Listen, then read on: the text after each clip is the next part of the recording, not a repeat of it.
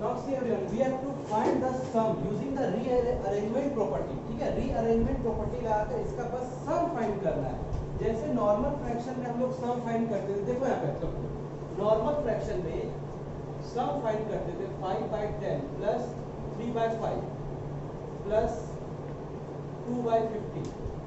इसको sum find करना है तो क्या करते थे, पहले एलसीएम लेते थे। एलसीएम कितना हो जाएगा, 30 हो जाएगा एलसीएम।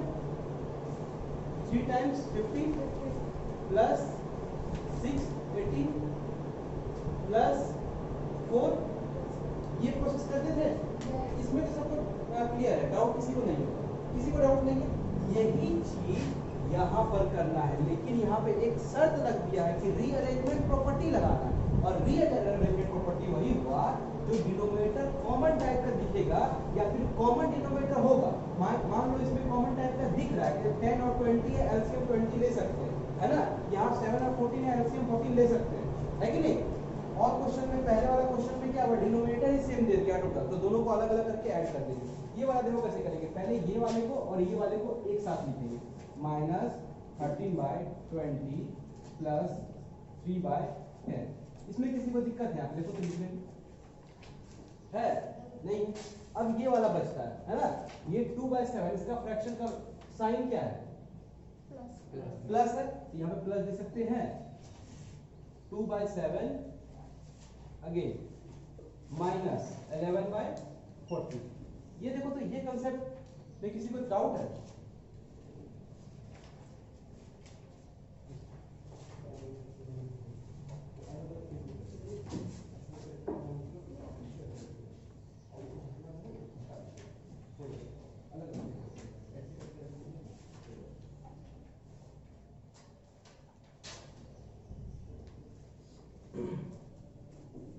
ये फाइंड आउट करो। इसमें किसी को दिक्कत है इस स्टेप में, गर्ल्स कोई दिक्कत नहीं है, फाइंड आउट करो। एलसीएम 20 और 10 है, कितना होगा, नॉर्मल सी बात है 20 हो जाएगा। -13 यहाँ पे लिखेंगे, अब प्लस 6 लिखेंगे, कोई दिक्कत। Again put this in the bracket, plus sign. यहाँ पे एलसीएम कितना होगा, 4 होगा, माइनस होगा या प्लस होगा, माइनस 11 होगा। कोई डाउट किसी को आता, कोई डाउट नहीं। -13 प्लस 6 कितना हो जाएगा, -7/20। अब प्लस है यहाँ पे, और 4 - 11 कितना होगा, -7 कितना होगा, 14। यहाँ तक आया था देखिए, गुड। यहाँ तक तो लिया है, यहाँ तक किसका आया था। अगेन यहाँ पे देखो, एलसीएम 20 और 14 में कितना होगा, 140। एलसीएम निकालने में किसी को दिक्कत है यहाँ पर, प्यूज 20 और 14 का एलसीएम निकाल सकता है पक्का। एटीएम निकाल के बता देते कैसे निकालेंगे। 20 40 2 10 7। अब देखो तो डिविजिबल है नहीं ना, है तो 2 × 10 × 7 कितना हो जाएगा, 140। तो 140 विल बी द एलसीएम। कोई दिक्कत, 140 divided by 20 how many times,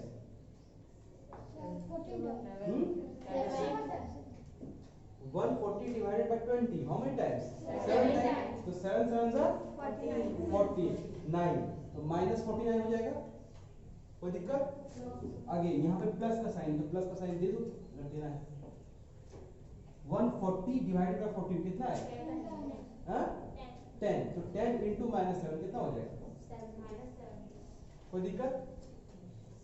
-49 plus into minus -70, denominator में 140 दे देंगे। देखो तो सेम साइन है, बताए थे ना सेम साइन है, तो सेम साइन जब भी रहता है तो डिजिट को क्या करते हैं, डिजिट को ऐड करते हैं। तो 49 + 70 कितना हो जाएगा, 119/140। और एक चीज, साइन किसी का भी दे देते हैं दोनों में से, तो माइनस का साइन दे देंगे। ये आंसर हो गया।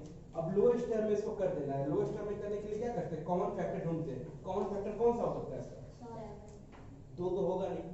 3 करने के लिए क्या करते हैं, 3 का डिविजिबिलिटी टेस्ट क्या है, ऐड करते हैं। देखो ऐड करो तो 9 + 1 10, 10 + 1 11, हो ही नहीं रहा। 4 का लास्ट 2 डिजिट होना चाहिए डिविजिबल, वो भी नहीं है। 5 का नहीं, यहाँ 9 यहाँ पे 0 ये हो सकता है।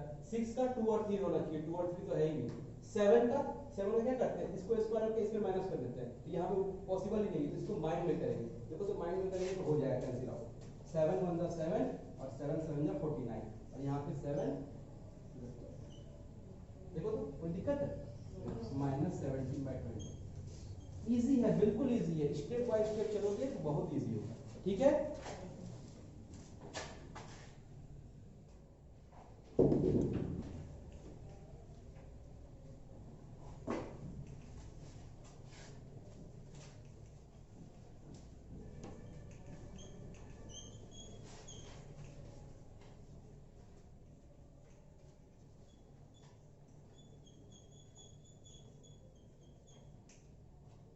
properties of addition of rational number.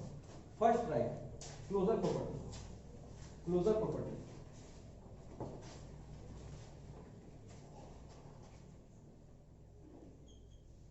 Closure property.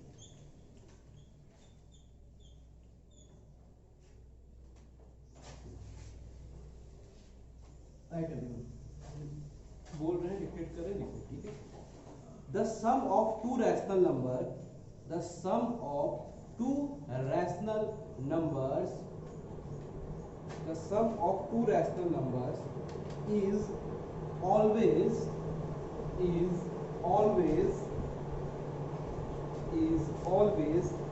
a rational number, is always a rational number, is always a rational number, that is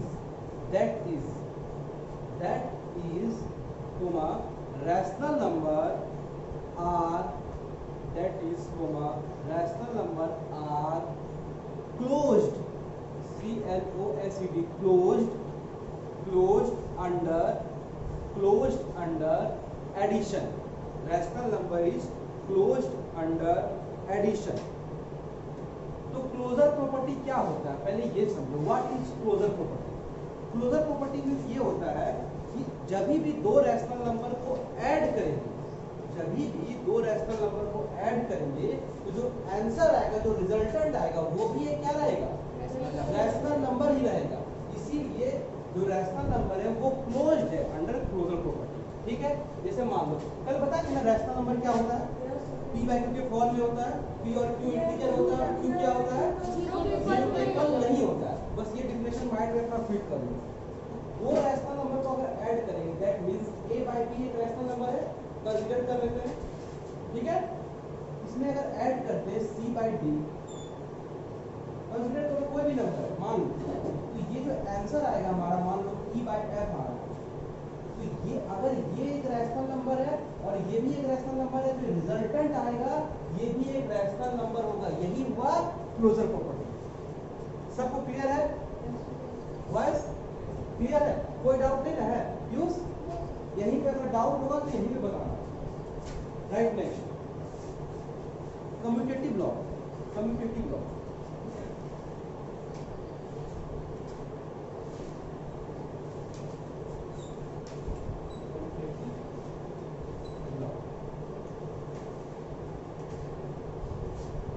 right everyone, I am dictating. ठीक है, two rational numbers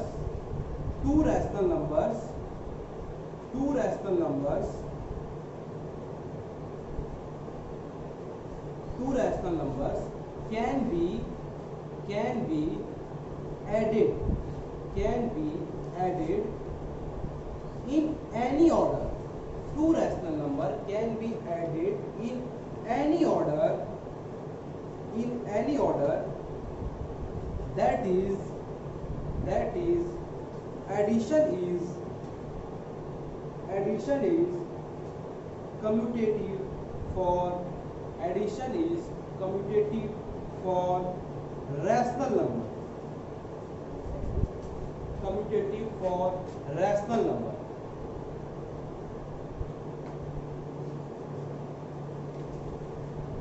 Addition is commutative for rational number.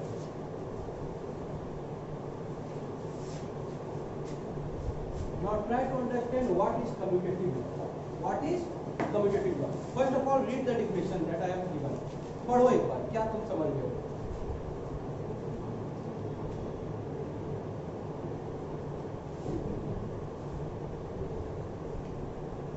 पढ़ो पीयूष, पढ़ो उसको, क्या लिखा है? पढ़ लिया तुमने? क्या बोल रहा है? Will tell. और कोई? हाँ बोलो बोलो। दो रैशनल नंबर अगर a प्लस b करते हैं या फिर a by b plus c by d करते हैं या फिर c by d plus a by b करते हैं, आंसर रिजल्टेंट हमेशा सेम आएगा। दैट मींस क्या बेटो, two rational number can be added in any order. मतलब अगर दो रैशनल नंबर को ले रहे हैं और उसको कोई भी ऑर्डर में ऐड कर रहे हैं तो जो रिजल्टेंट होगा वो सेम होगा। यही चीज बोल रहा है कम्यूटेटिव लॉ। देखो ट्राई टू अंडरस्टैंड। अगर a बाय b लिखते, a by b plus c by d लिखते, ठीक है? इसका अगर इसको उल्टा के लिख दे, रिवर्स करके लिख दे, मतलब c by d plus a by b, तो जो वैल्यू होगा वो सेम होगा। यहाँ देख रहा है इक्वल का साइन है, यही हुआ commutative law. This is only known as commutative law. आया सबको समझ में कि नहीं आएगा? फिर से बता। बॉयज बोलो, इस साइड बताओ। अगर डाउट है तो बोलो, वहीं पे सर यार फिर से बता दीजिए। देखो a बाय b एक रैशनल नंबर है, c बाय d भी एक रैशनल नंबर है। यहाँ पे इक्वल का साइन दिए तो यहाँ पे c बाय d लिखे हैं पहले, यही वाला c बाय d यहाँ पे लिख दिए हैं, और फिर प्लस देके a बाय b लिख दिए यही वाला। मतलब ये वाले वैल्यू को इस साइड से जोड़े या फिर उस साइड से जोड़े, बात एक ही होगा, कोई फर्क नहीं पड़ेगा। इसी को कम्यूटेटिव लॉ कहते हैं। सबको समझ में आ गया? देखो जैसे यहाँ पे एग्जाम्पल के तौर पर सीखा समझाते हैं। 2 by 3 plus 4 by 5 will be equal to 4 by 5 plus 2 by 3। यही हुआ कम्यूटेटिव लॉ। सी अब नोटिस करो, ये हमारा a है, यहाँ हमारा b है, तो जो b था वो a बन गया, a था वो b बन गया, है ना? ये कम्यूटेटिव लॉ समझ में आ गया सबको? ये वाला लिख लो और उसके बाद थर्ड लिखो, associative law.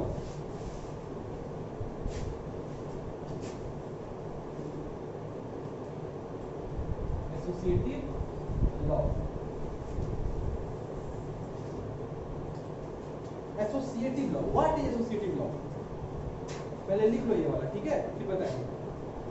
Written everyone this? Okay, now write first of all write the definition. Three or more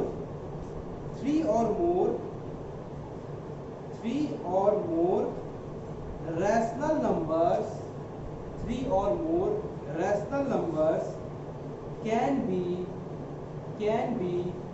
grouped. Three or more rational numbers can be grouped in any order.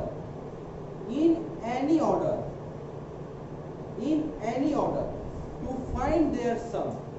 In any order to find their sum. That is, addition is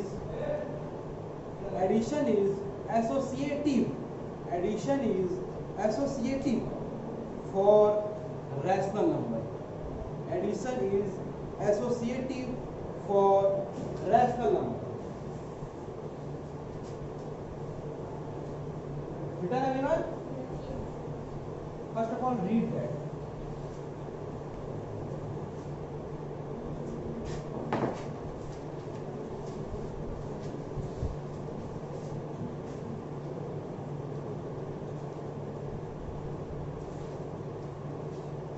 Read.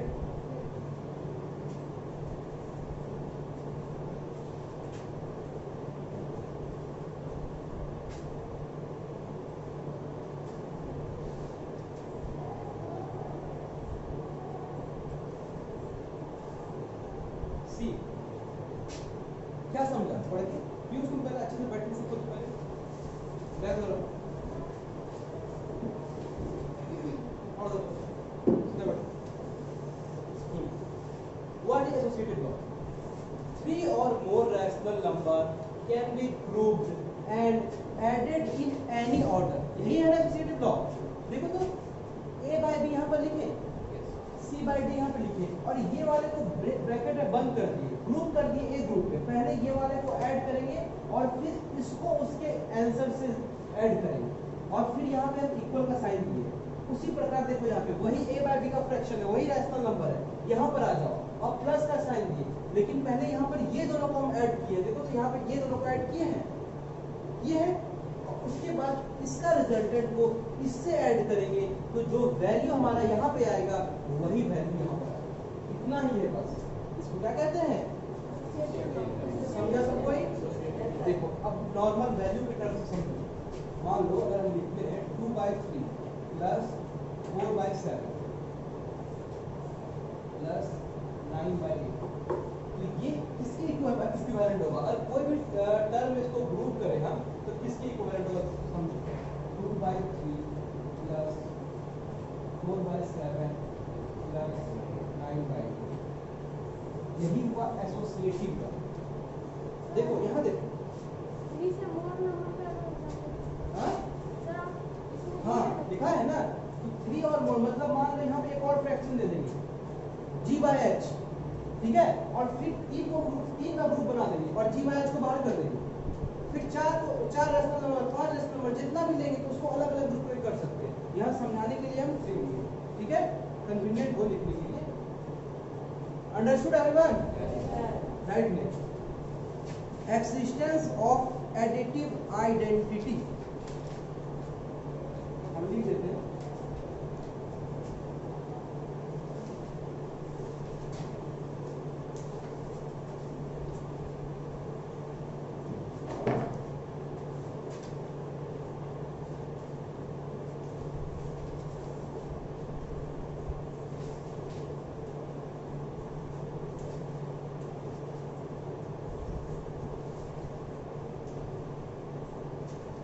Existence of additive identity क्या होता है, पहले ये जानेंगे।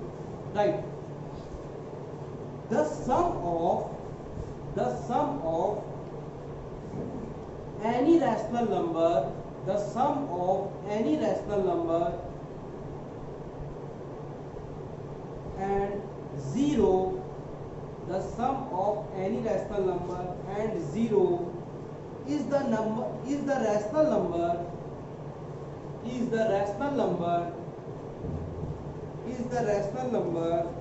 itself,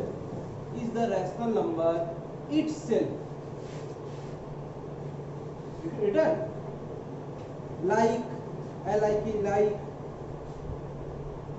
if a by b, like if a by b is any rational number, like if a by b is any rational number, then then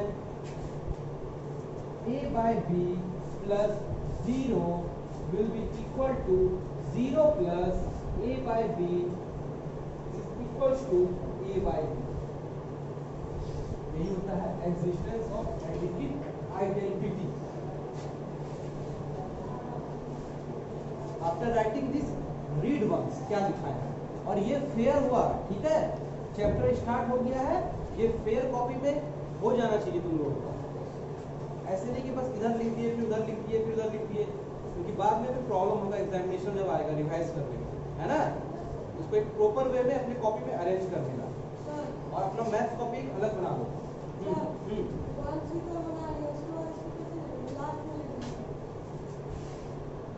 समझा देते हैं एक बार फिर से। देखो, कोई भी रैशनल नंबर में अगर 0 ऐड करेंगे तो वो रैशनल नंबर इटसेल्फ हो जाएगा, इतना ही है, ठीक है। जैसे मान लो 2/5 प्लस 0 क्या हो जाएगा, 0 प्लस 2/5। कौन सा लॉ है ये बता सकता है कोई? कम्यूटेटिव लॉ, एसोसिएटिव लॉ है ये, कम्यूटेटिव लॉ है, और equals to 2/5।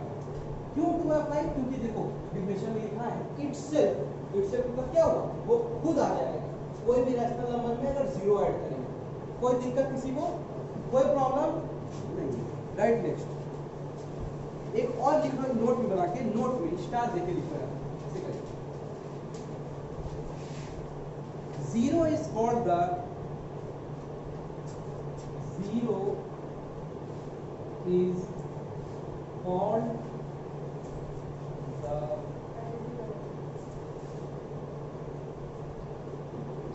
additive identity of rational number.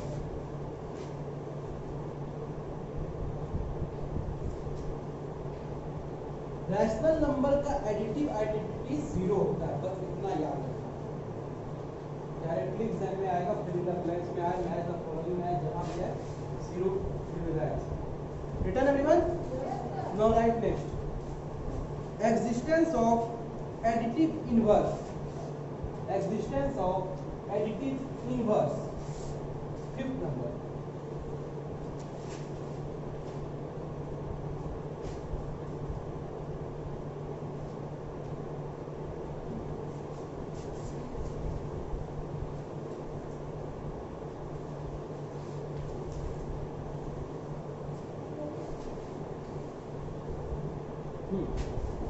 Right.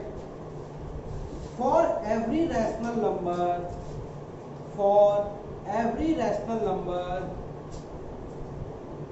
video on it, video. For every rational number a by b, there exists a rational number minus a by b such that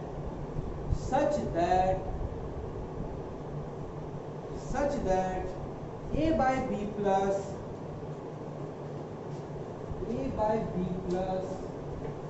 minus a by b will be equal to minus a by b plus a by b will be equal to 0. Write this.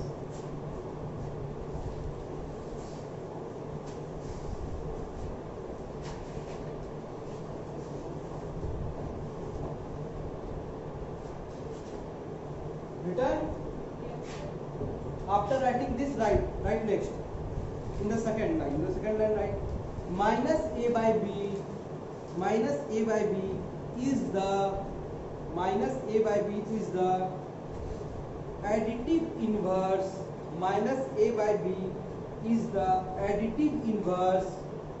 of a by b. Minus a by b is the additive inverse of a by b, and a by b is the additive inverse of minus a by b. Written everyone? See, एक बार देखो, समझो क्या होता है existence of additive inverse. पहले एक बार read करो, उसके बाद रीड एवरीवन।